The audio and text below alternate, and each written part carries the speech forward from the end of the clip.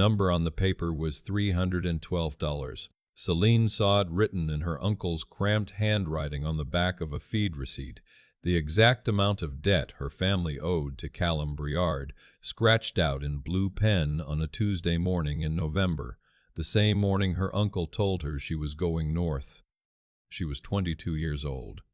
Callum wasn't a monster. That was the worst part. He was simply a man who had stopped expecting anything warm from the world, and the world had largely returned the favor. He ran a trap line and a small cattle operation 4 hours north of Rivière-du-Loup, up past where the highway turned to gravel, and the gravel turned to frozen ruts that swallowed truck tires whole. He had 3 children from a marriage that ended 18 months ago when his wife, Annette, drove herself to the bus station in Matane and didn't look back. He hadn't chased her. He'd gone home and milked the cows. The town of Saint-Honoré knew about the arrangement before Solène had even finished packing her single duffel bag. Small towns always did. The woman at the dépanneur gave her a look of surgical pity when she stopped for a coffee the morning she left. The kind of look that said, "You poor thing, and I'm glad it's not me," in the same breath. A man she didn't know, sitting at the counter, said something under his breath to his coffee cup. She didn't ask him to repeat it. Her uncle drove her to the end of Callum's Road, which was as far as his truck could reliably go in November. He left the engine running while she got out. He didn't hug her. He told her it was only until the debt was squared. He didn't say how long that would be. She grabbed her bag and walked the last kilometer alone, her boots punching through the thin crust of ice over the snow with every step. The birch trees on either side of the track were bare and white, their branches clicking softly in the wind like old fingers. The sky above them was the flat, colorless white of a sky with nothing left to say. The farmhouse came into view around a bend, a 2-story structure of gray board and brown trim, practical and wind-beaten, with a woodpile stacked along the entire south wall and a rusted weather vane on the barn roof pointing stubbornly west.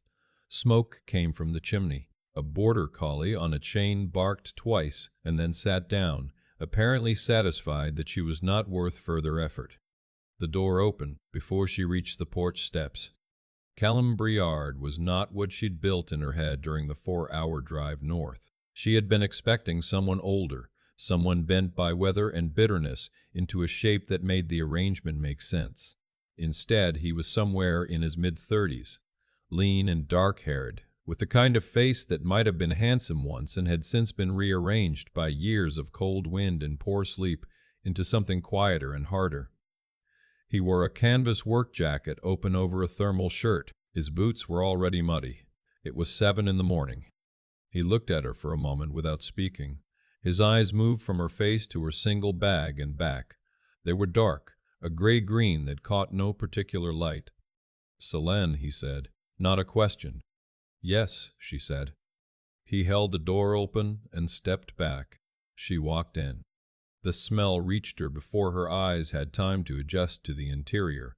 Wood smoke, dog, wet rubber boots, and underneath it all, the faint sour smell of a kitchen where something had boiled over and hadn't been fully cleaned. The entryway was crowded with coats on hooks, adult coats and smaller ones, 3 of them in descending sizes, one of them missing a button and trailing a scarf on the floor. Boots were piled in no particular order along the baseboard. A pair of child's rubber boots, yellow with frobs on them, sat upright and alone in the middle of the mat, as if the child had stepped out of them mid-stride and never returned. 3 children stood in the kitchen doorway.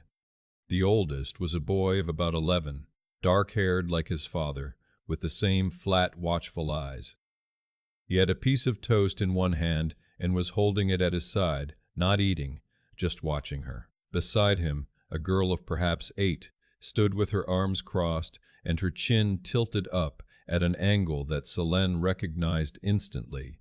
That was the posture of a child who had decided something about you before you opened your mouth and had decided it unfavorably. The youngest was a boy of maybe 5, partially hidden behind his sister's arm, his face smeared with what appeared to be jam and dried sleep.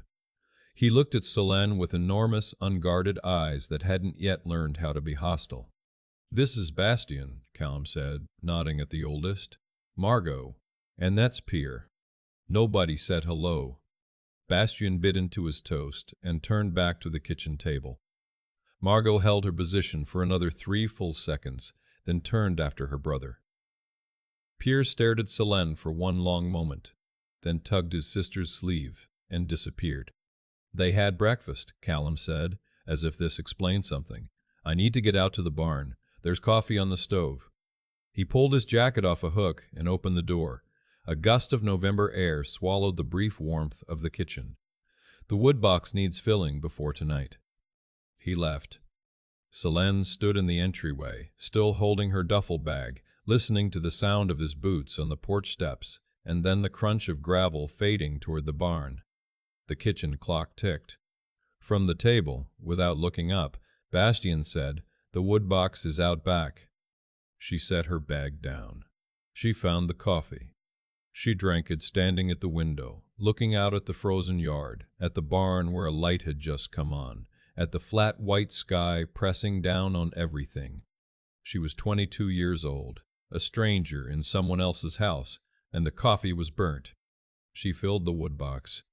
The first 2 weeks were a lesson in the specific arithmetic of survival. She learned it the way you learn any foreign language, by immersion and failure, by saying the wrong thing in the wrong order and watching the faces of the people around you close like shutters. Callum ran a tight, joyless operation.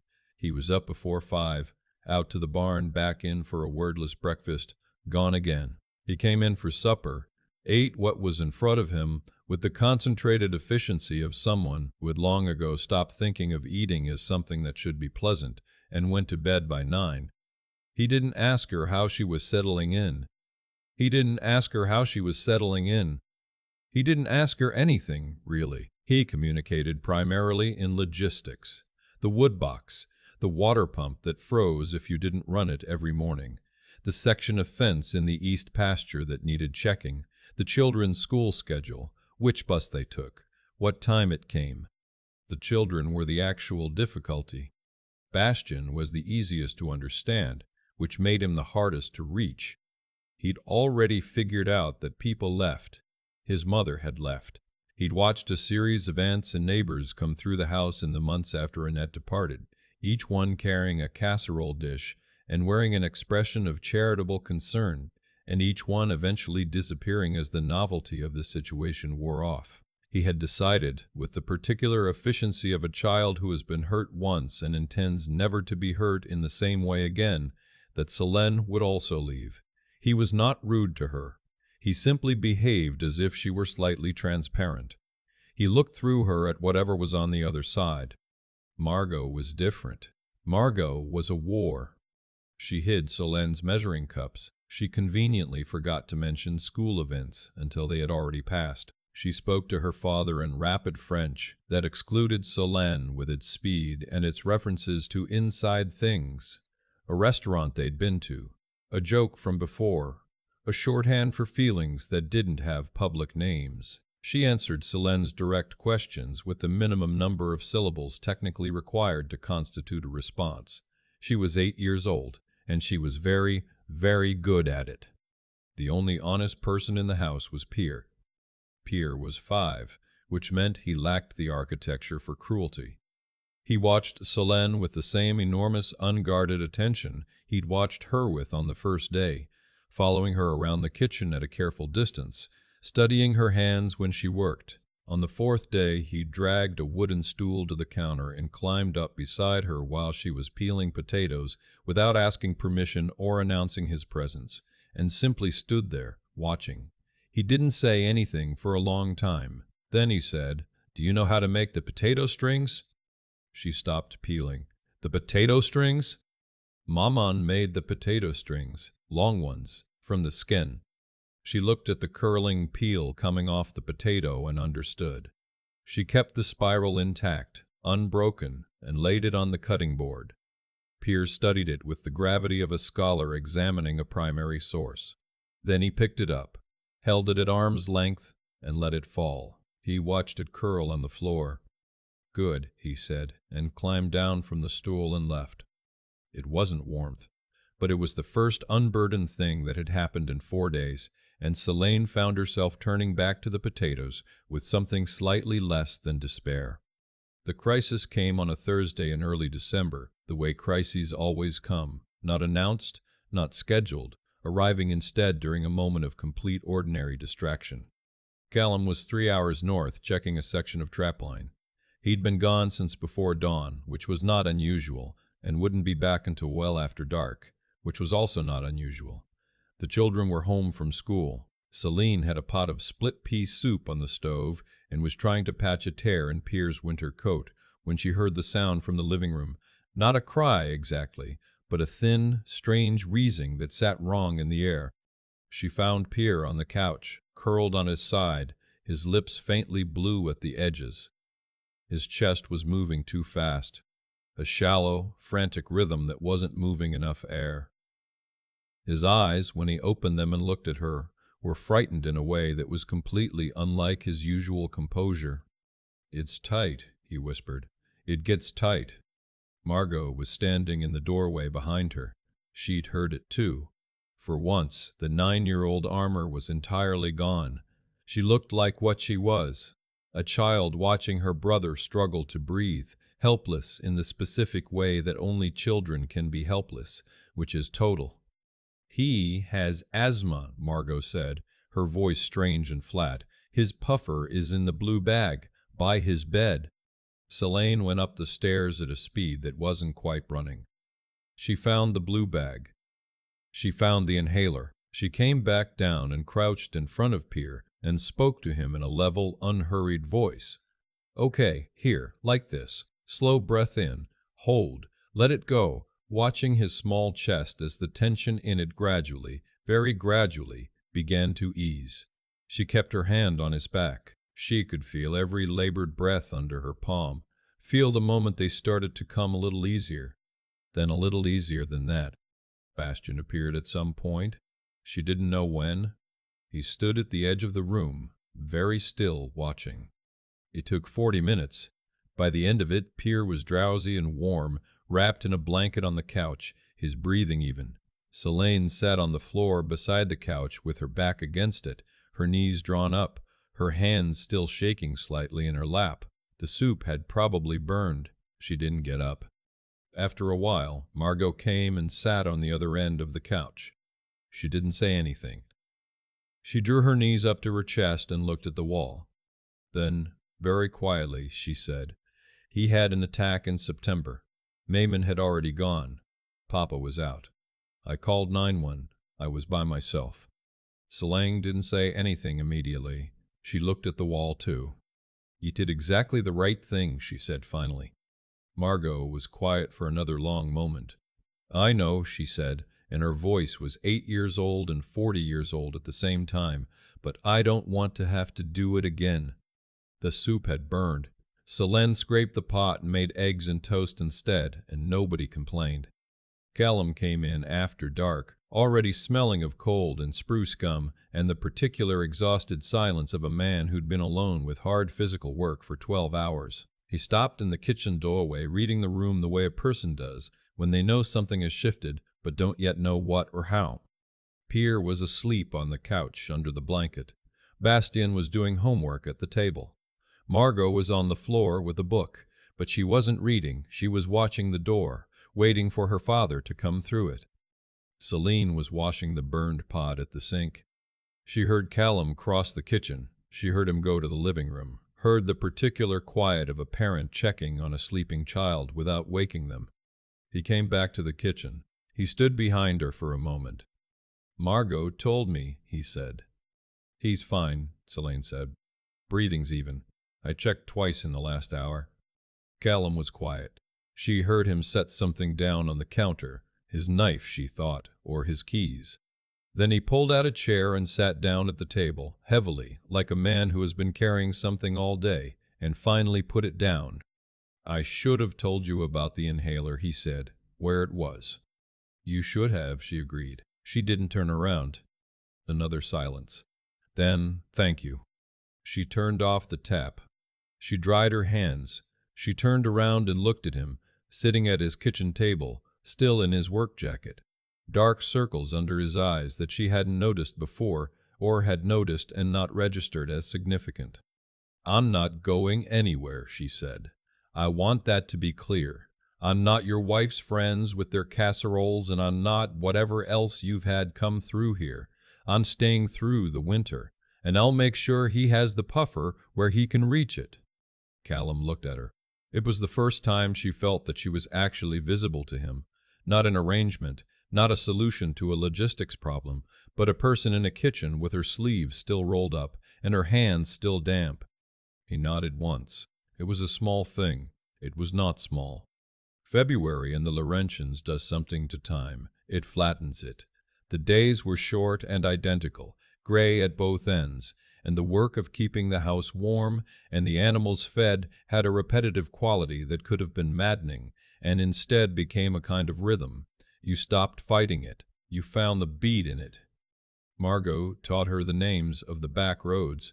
This was not offered as warmth.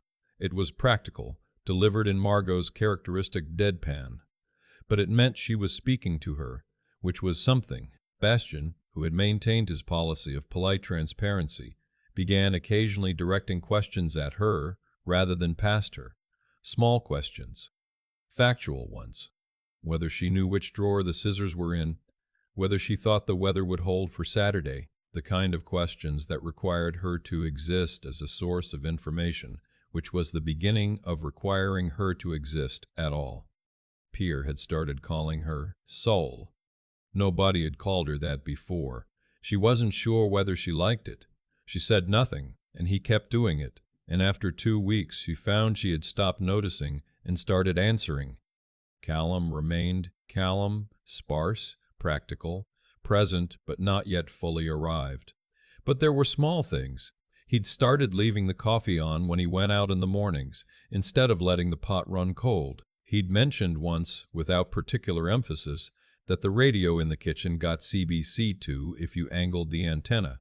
He'd noticed, without being asked, that the latch on her bedroom window was broken, and fixed it one afternoon while she was at the school pickup. One evening in late February, a storm came down from the north and sealed them in for 3 days. The power went out on the first night. Callum dragged a heavy wood stove out of the shed. Apparently this had happened before, and they ran the whole house off it, crowded into the main room, the children in sleeping bags on the floor, Callum and Solène in the 2 chairs pulled close to the warmth. They played cards by lamplight. Pierre cheated at Go Fish in a way that was so obvious it looped back around to adorable. Margot won 3 rounds of rummy and was insufferably correct about every disputed card.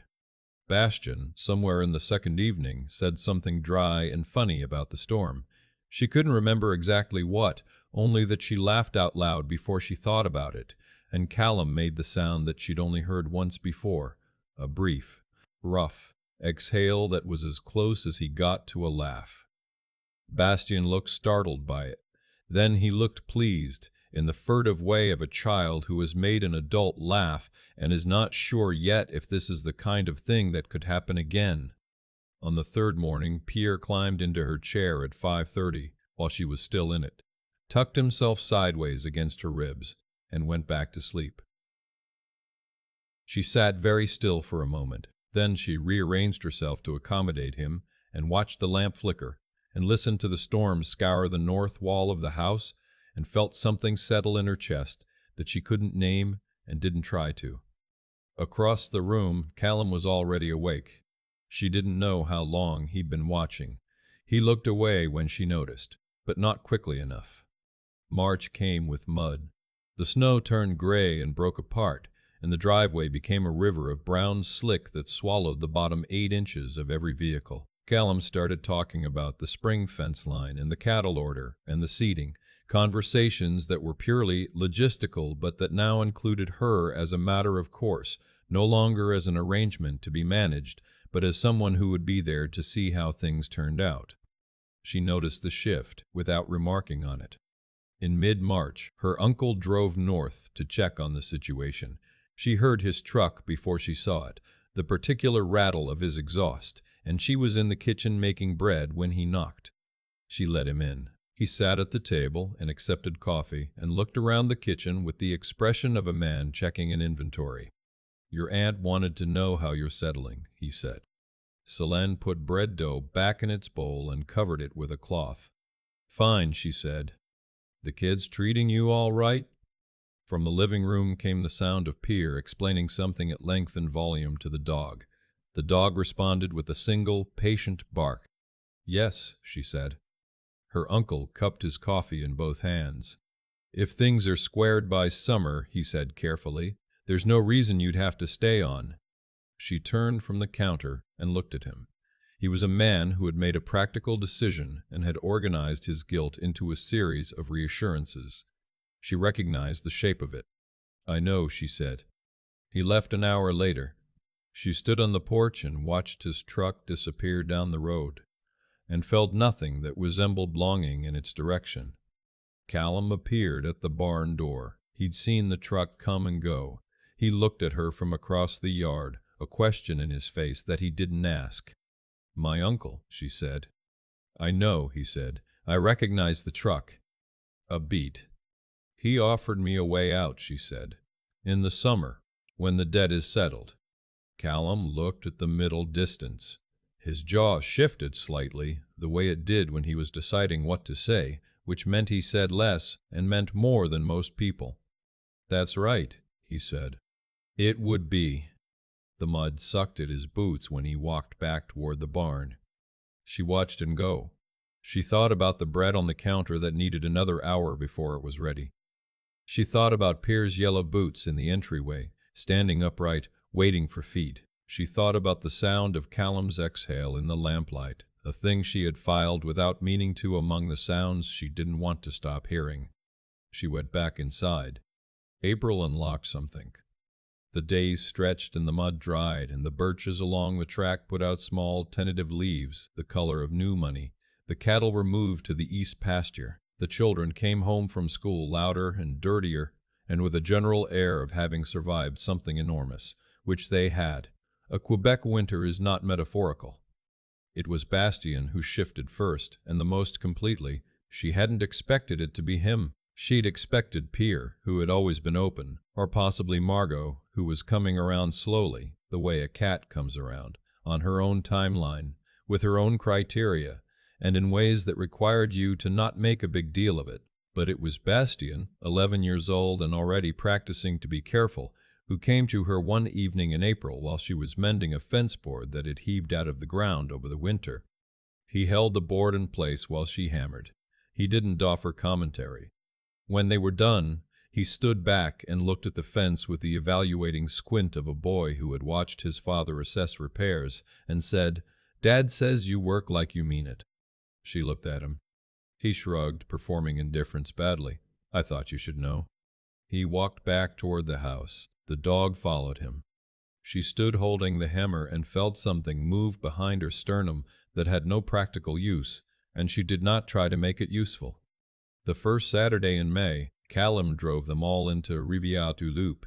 He didn't announce why. He pulled the truck into the lot behind the main street, and they walked a few blocks to a restaurant that Solène had never been to, a small, plain place with paper on the tables and a chalkboard menu, and sat in a corner booth. Pierre sat beside Solène. Margot sat across and studied the menu with the focused attention she brought to anything that might yield an advantage. Bastien took the end, next to his father. They ordered. Pierre spilled his juice. Margot won an argument about whether the soup counted as a meal or a side. Bastien ate his burger with a concentrated efficiency that was entirely his father's. When the bill came, the waitress set it at the center of the table, in the territory between Callum and Solène. Neither reached for it immediately. Then Callum picked it up. Margot looked between them. She was 8, nearly 9, and she had seen things and filed them and drawn conclusions that she did not always announce. "Are you going to stay?" Margot asked. She was looking at Solène. Her voice was careful, the careful of a child who wants very much to know the answer and is very afraid of what it might be. The restaurant was loud.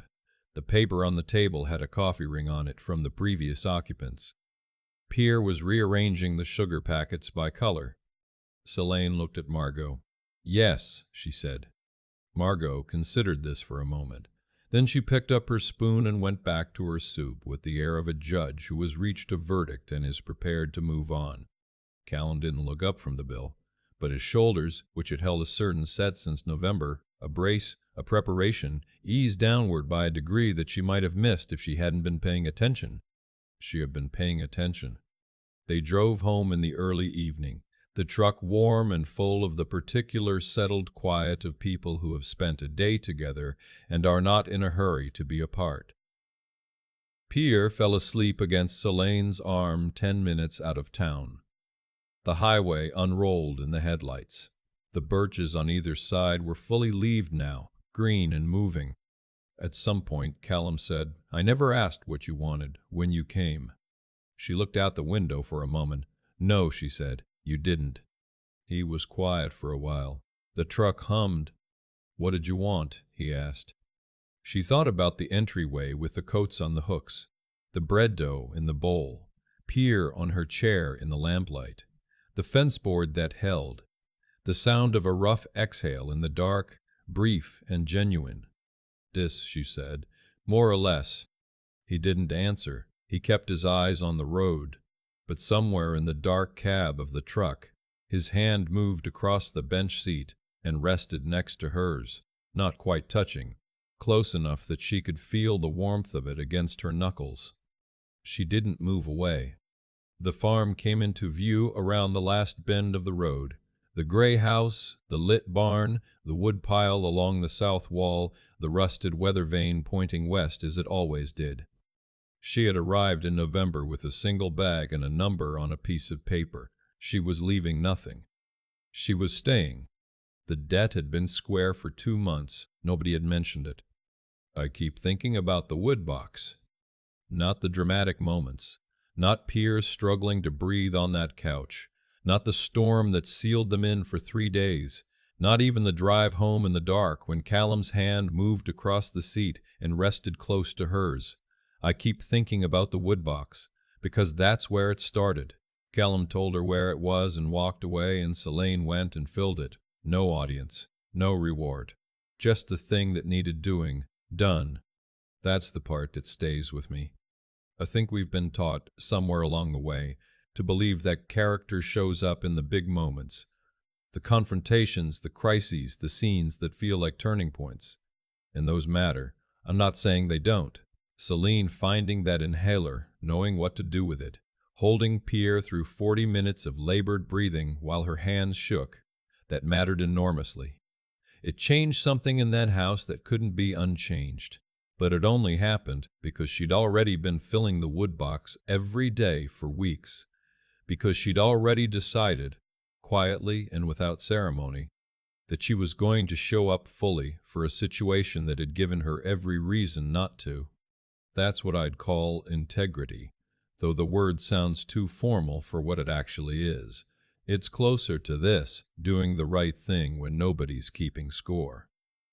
Solène didn't perform her goodness for Callum, or for Margot, or for the town of Saint Honoré that had already written her off. She performed it for the house, for the kids who were cold, for the child who couldn't breathe. The cause and the effect were inseparable. Because she kept showing up honestly. Trust had somewhere to land when it finally arrived. And then there's Margot, 8 years old, alone in a house, calling 911 for her brother because there was no one else. That kind of situation either breaks something in a child or teaches them something they carry forever. What struck me was that Margot didn't need rescuing from her competence. She needed someone to witness it. To say, "You did exactly the right thing." Intelligence isn't only about knowing answers. Sometimes it's about knowing which problem you're actually solving. Solène was smart enough to understand that Margot didn't need a mother figure. She needed an equal who happened to be older. And Bastien, the one who said, without quite meaning to say it, that his father had noticed Solène worked like she meant it. That sentence cost him something. It meant he'd been paying attention, and that he'd decided to let her know he had. That kind of courage, the quiet kind, the kind that opens a door without knowing what's on the other side, is the hardest sort to come by. It doesn't announce itself, it just shows up, like Solène at that woodbox, doing what needs doing, and trusting that it matters. What I take from this story is not that love solves everything, or that persistence is always rewarded, or any of the tidy formulations we reach for when we want a story to mean something clean. What I take from it is simpler and harder, that the life you want is usually built one unglamorous act at a time, in the cold, without applause, by a person who has decided to mean what they do. The debt was square. Nobody mentioned it. That tells you everything.